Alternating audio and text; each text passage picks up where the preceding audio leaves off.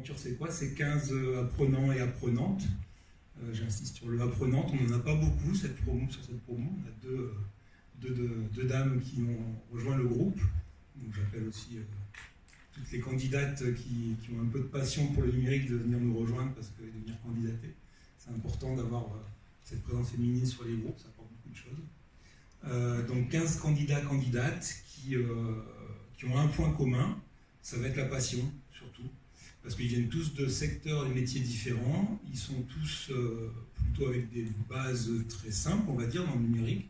Et puis cette école du numérique leur permet de progresser toute l'année et puis d'arriver à un niveau où pendant 4 mois, ils vont pouvoir mettre en application dans les entreprises leurs acquis et puis se présenter après au titre et puis le réussir avec brio. Alors pour les stagiaires, un peu la même question que celle que j'ai posée précédemment. Voilà, quel est votre parcours? Pourquoi vous avez choisi le numérique? Je ne demande pas pourquoi vous avez choisi Moissac, vous devez y résider, donc, mais en tout cas, ces 2 premières questions. Alors bonjour, ça fait bizarre. Alors moi c'est Alexis, j'ai 32 ans, j'ai travaillé principalement dans la logistique, j'ai fait pas mal de boulot dans le commerce.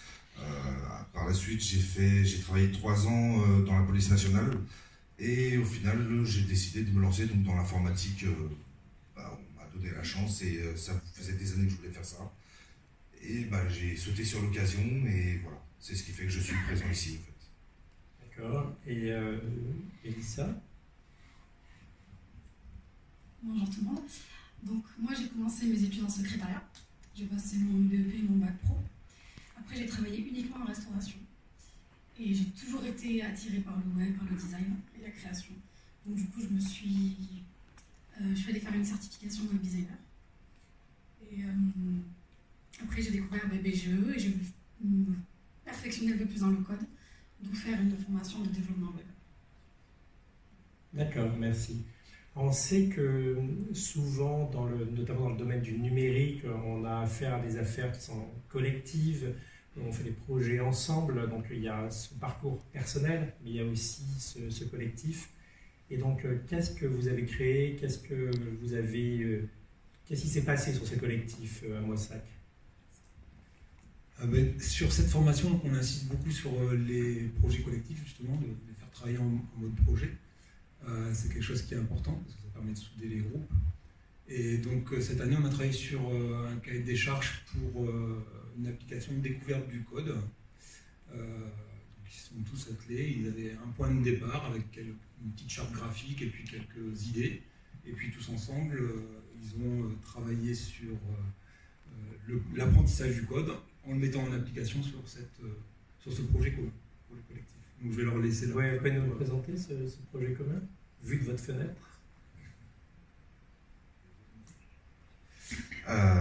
Oui, alors en fait, c'était par rapport donc, au salon du taf où on devait créer une application qui aurait pu amener des personnes un peu étrangères au secteur numérique, développement, tout ça, un peu là-dedans dans la découverte. Parce que c'est vrai que de point de vue extérieur, on a souvent tendance à avoir certaines appréhensions.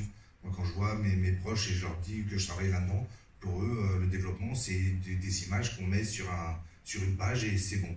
Et pas du tout. Et c'est vrai que le fait donc d'avoir fait cette application qui en fait repose sur 6 questions, et les questions vont évaluer donc le niveau qu'on a en fonction du résultat qu'il y a. Et on va avoir donc des mini-jeux, etc., ludiques, pour découvrir ça et se rendre compte que c'est pas si difficile, en tout cas, de l'aborder. D'accord. Elle sert à quoi alors maintenant cette appli?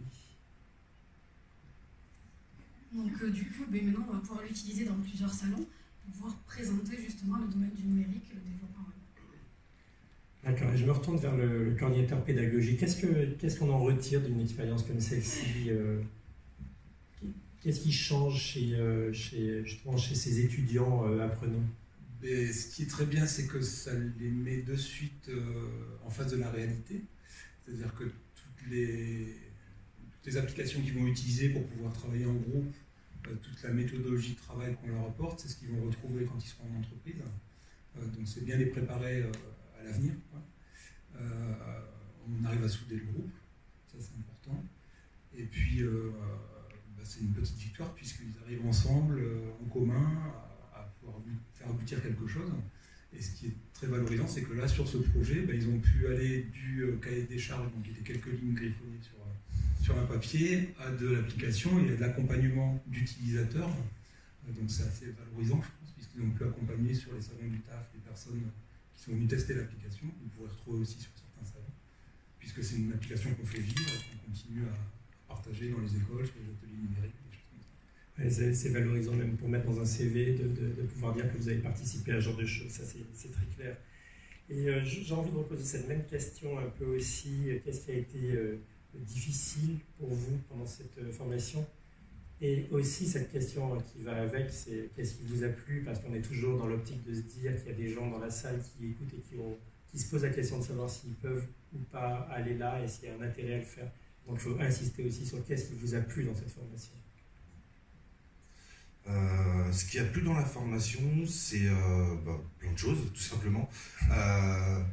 En fait, c'est vraiment le principe, comme expliquait Jean-François, c'est qu'on commence vraiment à partir de zéro et on construit un projet qui grandit, donc en plus ensemble. Donc c'est vrai qu'il y a toujours cet esprit de cohésion et l'esprit d'équipe donc qui est vraiment très agréable.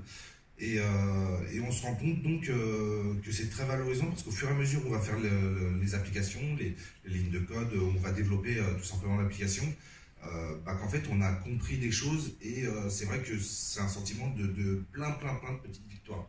Et c'est vrai que c'est très gratifiant au quotidien parce qu'on sait que ces victoires-là, par exemple dans certains boulots, on va les vivre au début et après ça devient un peu routinier. Là vraiment, c'est tout le temps nouveau. Même quand on pense avoir des bases, il y a une nouveauté. Donc c'est très agréable en fait. Et comme Mélissa, c'est tout le temps nouveau aussi.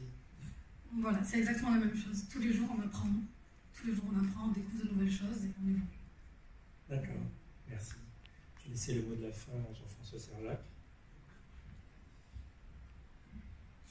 Moi je voulais déjà remercier les apprenants qui sont venus ici, qui ont pris un peu de leur temps sur leur révision et sur leur préparation. On va leur en consacrer un petit peu quand même qu'ils puissent terminer leur aventure. Donc merci pour votre présence. Merci à la région de pouvoir nous aider à organiser ces formations, parce que c'est quelque chose qui est intéressant pour tout le monde. Je voulais revenir juste sur la difficulté de la formation. Là, on a eu l'épisode Covid qui était quand même pas anodin et qui a fait que cette formation qui normalement est en présentiel, sur moi ça, qui est passée en distanciel pour on va dire 80% de la formation.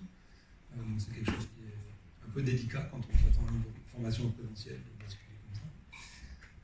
Voilà, moi j'invite toutes les entreprises à venir nous voir en formation, à venir participer, à venir expliquer les métiers, parce que c'est important d'avoir du lien entre les stagiaires sur les formations et les entreprises. Et puis j'en profite, M. Aguillet, pour dire que Orange est le bienvenu pour parrainer une de nos formations, si vous nous demandez. On fait aussi de la formation en réseau. Avec grand plaisir. Vous savez qu'on avait reçu 2 fois les ARN ici à Toulouse et une fois à Perpignan sur des visites de centres téléphoniques. Et notre application à vos côtés, elle est entière, à vos côtés de la région, bien entendu. Donc oui, je prends votre demande avec grand plaisir.